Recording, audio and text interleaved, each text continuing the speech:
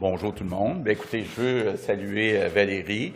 Très content de la revoir puis de travailler avec elle dans un nouveau mandat. Content d'être avec la ministre responsable de la métropole, Chantal Rouleau. Content aussi d'être dans l'Est de Montréal. On me dit que ce château Dufresne, entre autres les deux frères, ont fait beaucoup pour le développement de l'Est de Montréal. Puis, bien, ça fait partie de nos priorités d'en faire plus dans les prochaines années. Je pense qu'il y a un potentiel extraordinaire dans l'Est de Montréal. Il y a des terrains disponibles et puis il y a des entrepreneurs qui ont toutes sortes de projets. Le premier sujet dont on a parlé puis dont je veux vous parler, c'est évidemment la situation de la violence à Montréal. On est tous inquiets de voir ce qui est arrivé, entre autres, à 3 jeunes récemment. C'est pas le Montréal qu'on aime. On veut travailler les 3 ordres de gouvernement ensemble. Donc, évidemment, à la Ville, on va travailler du côté des policiers. Au gouvernement du Québec, on veut travailler, entre autres, sur les gangs de rue. Puis, vous l'avez vu, l'annonce de Centaure. Puis, il y aura aussi d'autres annonces de Geneviève Guilbeault dans les prochaines semaines. C'est vraiment préoccupant. Le nombre de personnes, le nombre de jeunes qui sont dans les gangs de rue et le nombre d'armes à feu, armes de poing, entre autres, qui sont disponibles à Montréal. Évidemment, il y a un 3e ordre de gouvernement, on ne veut pas tout pelleter, on a des responsabilités, Valérie et moi, mais il y a aussi des responsabilités à Ottawa, entre autres, de mieux contrôler l'entrée de ces armes aux frontières et, de négocier ensemble aussi comment on peut interdire ces armes de poing. Donc, il y a du travail à faire à court terme. Il y a du travail à faire aussi à moyen et long terme avec les groupes communautaires, avec l'aide qu'on peut donner à nos jeunes qui peuvent vivre toutes sortes de problèmes. On le voyait, entre autres, des problèmes de santé mentale. Puis, comme je le disais, Geneviève Guilbeault aura l'occasion dans les prochaines semaines, donc avant Noël, de faire une autre annonce de ce côté-là. Elle était avec Chantal à Montréal-Nord ce matin pour rencontrer des groupes communautaires qui sont impliqués pour lutter contre cette violence, qui est inacceptable, puis qu'on ne veut plus voir à Montréal. Puis on va donner un grand coup dans les prochains mois. L'autre dossier, évidemment, qu'on a beaucoup parlé, c'est le dossier du transport. Et j'avoue qu'on doit en faire beaucoup plus, le gouvernement du Québec et la Caisse de dépôt, avec la Ville de Montréal, pour rendre le projet du REM de l'Est acceptable. Il y a des ajustements à faire. Il y a un comité qui est actuellement présidé par Maude Cohen qui va faire des propositions. Mais ce que je veux, c'est que la prochaine fois qu'on présente le projet, bien, que le projet soit aussi présenté par Valérie puis la Ville de Montréal. Donc, que ce soit un projet commun, un projet à 3, donc la Ville de Montréal, le gouvernement du Québec et la Caisse de dépôt. Donc, je veux vraiment qu'on travaille ce projet-là ensemble. On a travaillé aussi, on a parlé du projet de la ligne bleue, qui est là depuis beaucoup trop longtemps. C'est sûr qu'il y a des dépassements de coûts. On est en train de regarder comment on peut peut-être les minimiser, mais je souhaiterais que ce dossier-là aussi soit travaillé davantage entre la Ville de Montréal puis le gouvernement du Québec, puis démarre enfin le plus rapidement possible. Donc, on a parlé de plein d'autres sujets, là, mais je vais peut-être répondre ensuite à vos questions. Sur ce, je passe la parole à Valérie. Merci beaucoup, François. Très heureuse aussi d'être avec Chantal Rouleau, responsable de la métropole. Je remercie le premier ministre d'être venu à ma rencontre aujourd'hui. On a pris une ride d'autobus pour essayer le SRB P9, qui est un des projets qui vise vraiment à rendre la métropole, à amener plus de mobilité dans la métropole. Et on sait que le SRB P9 traverse des quartiers très densément peuplés. Et c'est un outil de développement social, mais aussi économique important. Donc, très heureuse d'avoir pu discuter de ce projet-là.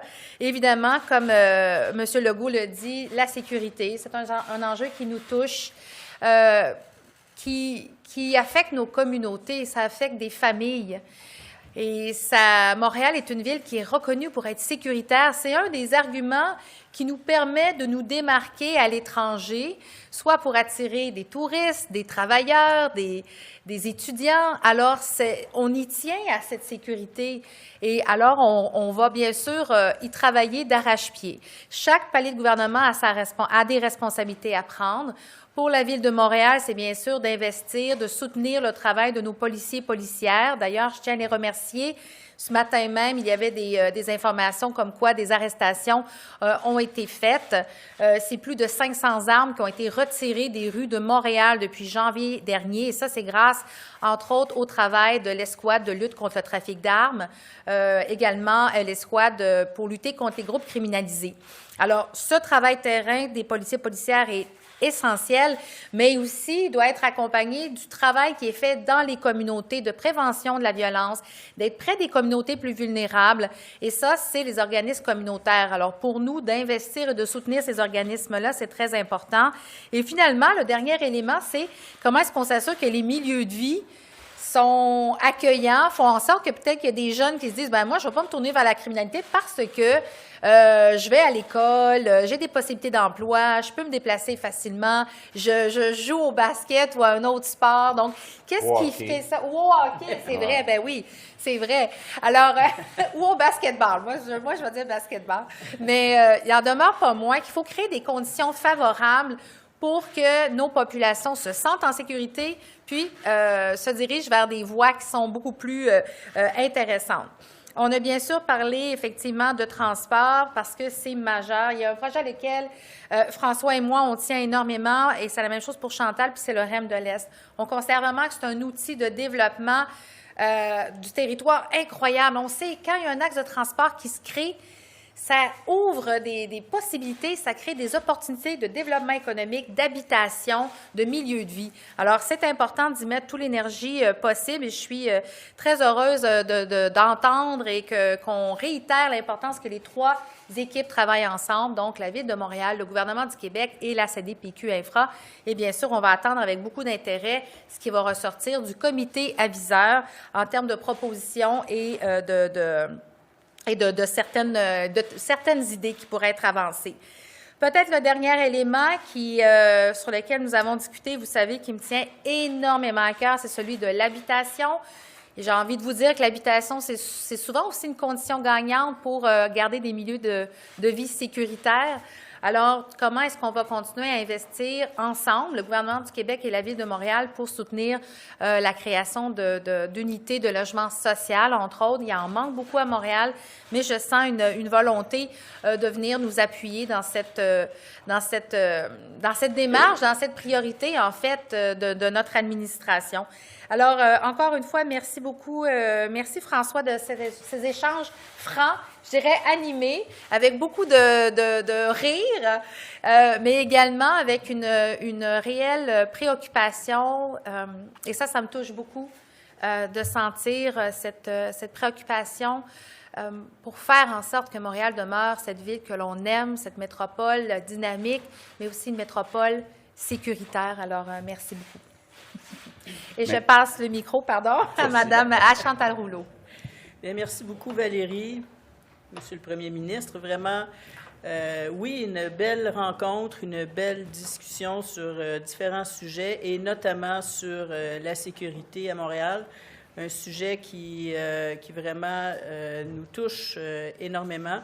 Je veux souligner la belle collaboration qu'il y a avec l'administration de la mairesse sur tout l'aspect de protéger notre sécurité à Montréal.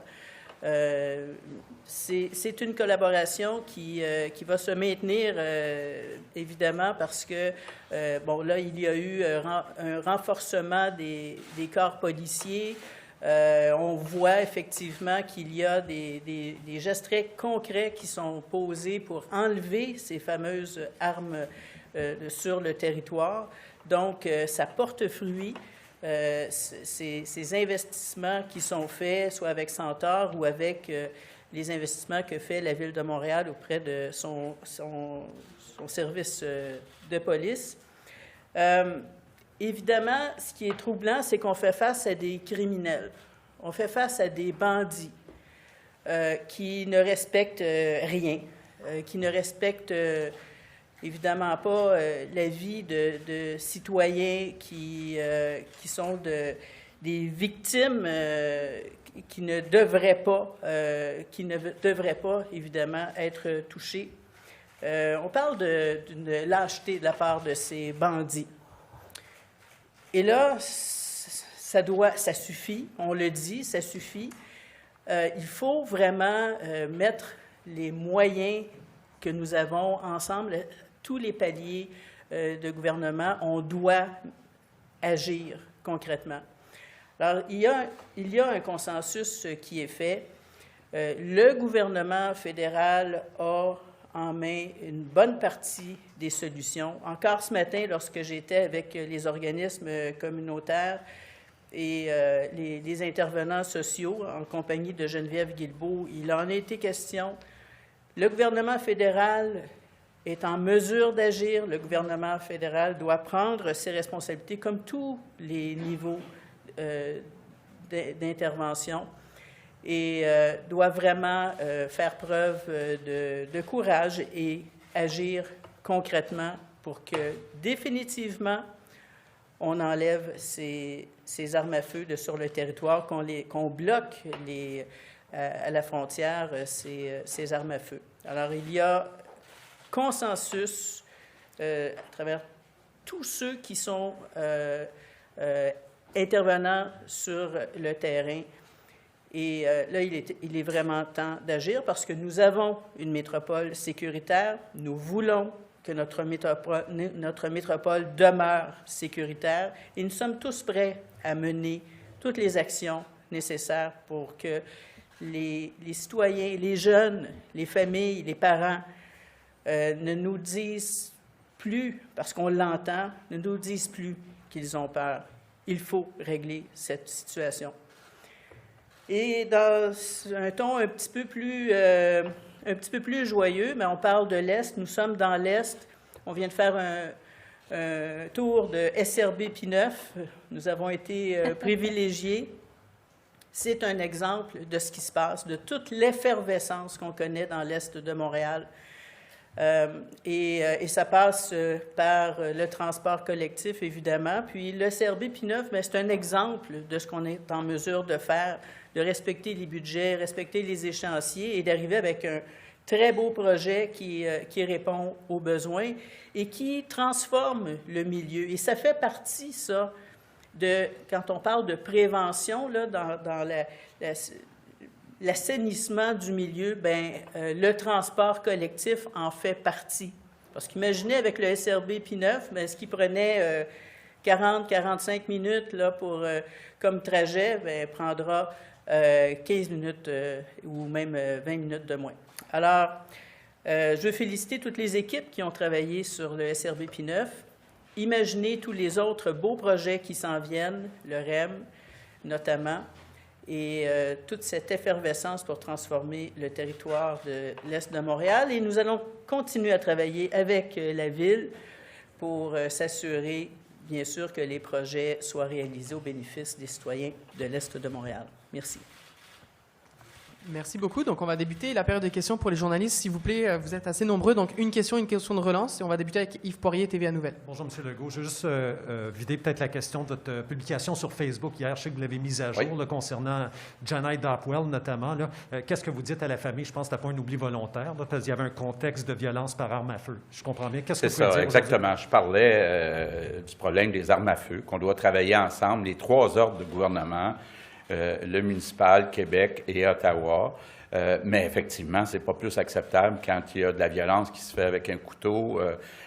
Puis on a un problème avec les gangs de rue. Puis donc, je n'ai pas voulu exclure qui que ce soit. Là, les parents, là, je ne peux pas imaginer la situation dans laquelle ils se retrouvent de perdre un adolescent. C'est inacceptable, c'est intolérable.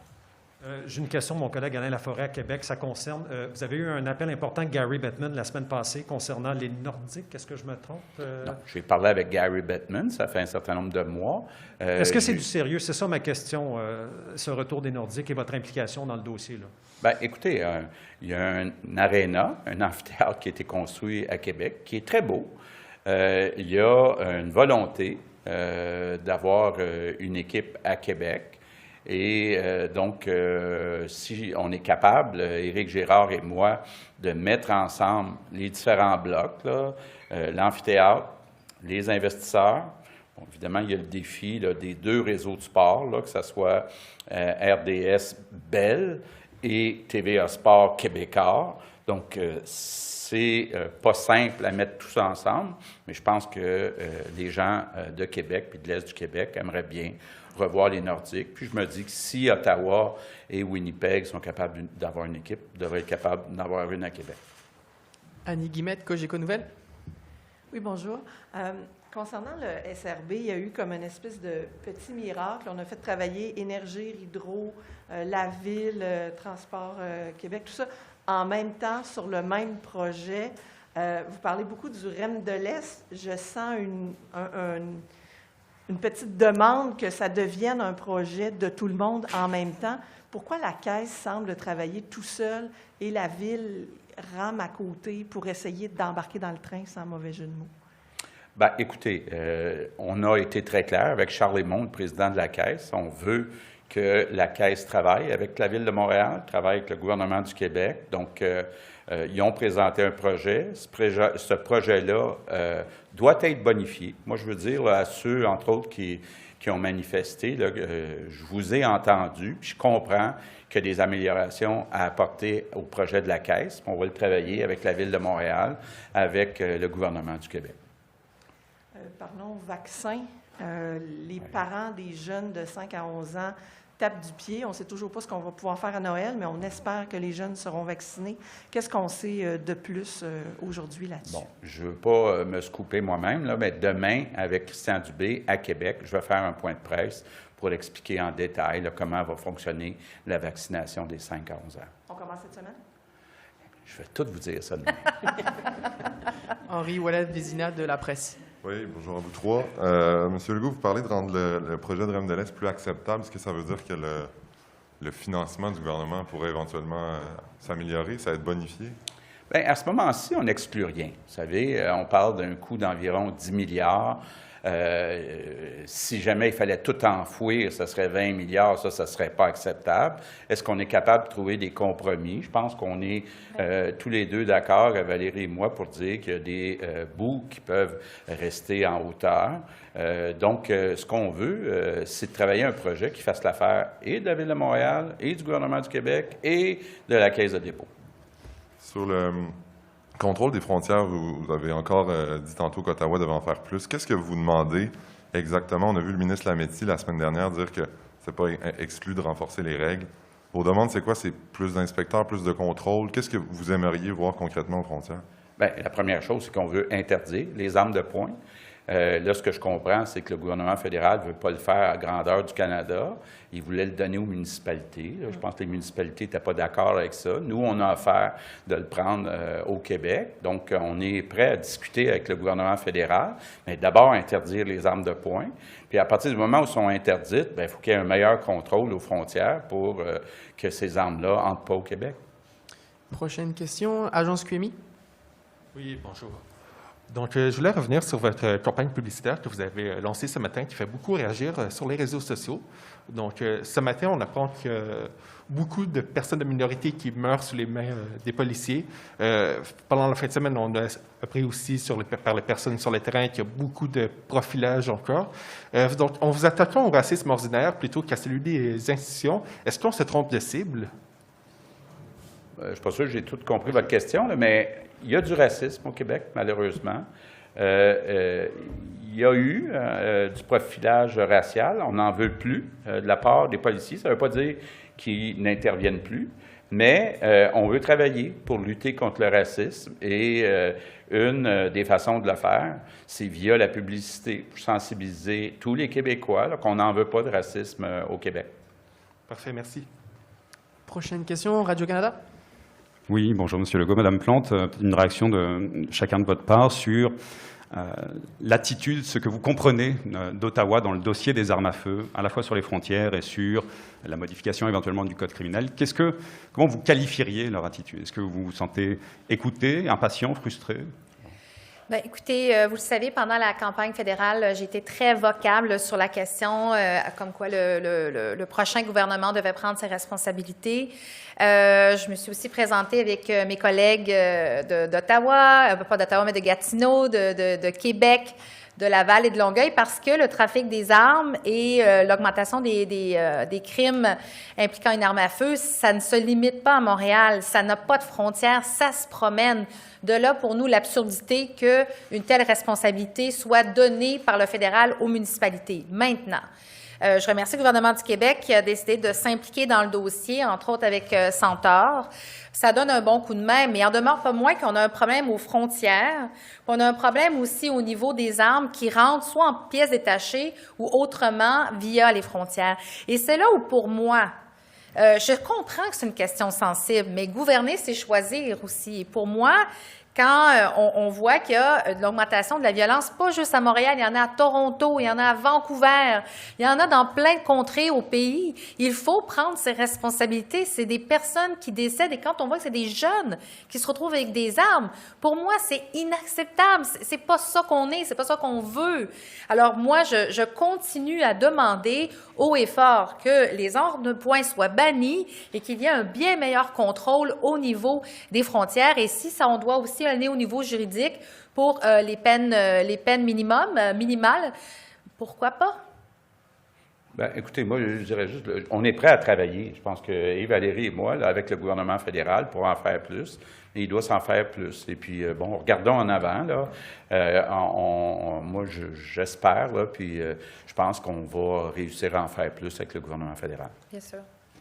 La ligne bleue, vous avez dit que vous espérez qu'elle va voir le jour, mais est-ce que si on n'arrive pas à arriver aux économies que vous visez, à peu près $1 milliard, est-ce qu'on aura quand même 5 stations? Est-ce que vous vous engagez à ce que cette ligne bleue voit enfin le jour? Bien, écoutez, moi, c'est d'abord une question de répondre aux besoins. Donc, on va regarder ensemble quels sont les besoins et les coûts aujourd'hui en fonction en tenant compte de l'inflation qu'on vit dans le monde de la construction. Donc, puis on va répondre à ce besoin-là. Puis comme je disais tantôt, moi, ce que je souhaite, c'est qu'on soit capable ensemble d'annoncer un nouveau projet, un nouveau coût de projet et donc qui réponde aux besoins. Prochaine question, le devoir. Oui, bonjour. Est-ce que vous avez discuté du manque à gagner de 62 millions de la STM? Non, on n'en a pas discuté parce qu'on a déjà eu de bons échanges avec le ministre Bonnardel, puis Mme Rouleau, évidemment, qui est responsable déléguée du transport, comme quoi on comprend qu'il y a une situation très particulière avec la pandémie pour les transports collectifs et les discussions se poursuivent, mais il y a une ouverture à ce niveau-là. Donc, on n'a pas senti le besoin. Bien, il ne faut pas oublier non plus que le gouvernement a octroyé 1,4 milliard de dollars aux sociétés de transport, dont 1,2 pour les sociétés de transport de la région métropolitaine. Alors, il y a là de l'argent. Je voulais savoir par ailleurs, M. Legault, Ottawa a adopté un décret pour bloquer le projet de prolongement du boulevard Béliveau à Longueuil pour protéger la rainette.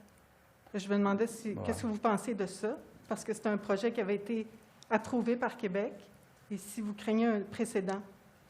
J'avoue là, que je ne suis pas au courant du dossier. Ah non? On va le regarder, puis on va vous revenir. Ouais. OK. Ouais. Merci. On va passer aux questions en anglais. And we'll start with CBC News. Hi, Steve Rukavina from CBC. I wanted to get you both, ask you both this question. Mr. Legault, you talked about your Facebook post yesterday about the teenagers who've been killed. The family of the black teen who was stabbed to death, Janae Dopwell-Bailey, has suggested that there's a double standard in reaction to these deaths of teenagers. And both of you visited the spot where Thomas Trudel was killed, but there was nothing for Janae Dopwell-Bailey. What do you want to say to his family who felt that there was this double standard? Well, I want to say to the family that there's no double standard. I think that those three things that happen are totally unacceptable. I don't like that. And of course, my message was about gunshots. We want to banish guns. And that's what I was talking about. And we need to have the input of the federal government and we are both ready to work with the federal government to banish those guns. But killing somebody with a knife is not more acceptable, of course. It's part of the problem we have with violence, with gangs, and we've put together Centaur project to fight against that, and Geneviève Guilbeault will make other announcements in the next few weeks, but we really want to not see that never, either by gun or by knife. Madame Plante. Yes, absolutely. You know, when it happened, we were in the electoral process, but I'm not saying that to minimize. I understand their pain, and of course, every death is one too many. So I will, what we've decided to do is we did contact the family, and we will talk with them, of course. And my colleagues, Gracia Katawa was present during the event, as well as my colleague Magda Popianu, who are elected officials in this borough. But I definitely want to reassure everybody that for me, there's no double standard when it comes to just protecting our youth and feeling empathic towards the families. And just on the Île-aux-Tours Bridge, Monsieur Legault, it seems that for the Île-aux-Tours Bridge, the new one, it seems like there'll be no reserved bus lane and no plan for accommodating the RAM. L'Île-aux-Tours. Excuse me. So I just wanted to ask you why there's no reserved bus lane plan and why no plan for a REM extension. And Madame Plante, your thoughts on that as well. Maybe Chantal was talking. Well, le pont de l'Île-aux-Tours is designed to have the l'accotement pour bus, and all the studies we have says that it's okay for the next years. And if in the future we need another type of transport, we preserve the beside the bridge, we preserve the space to build what could be in the future a new mode of transport. Madame Plante, any thoughts on that? Well, I mean, for me, there has to be some space for reserve lines. So if it's the side space or one that is being created, to me, I think it's what needs to be done. So I'm reassured that there will be the side space will be reserved for buses. Thank you. We'll go with Gloria Enriquez from Global News. Good afternoon.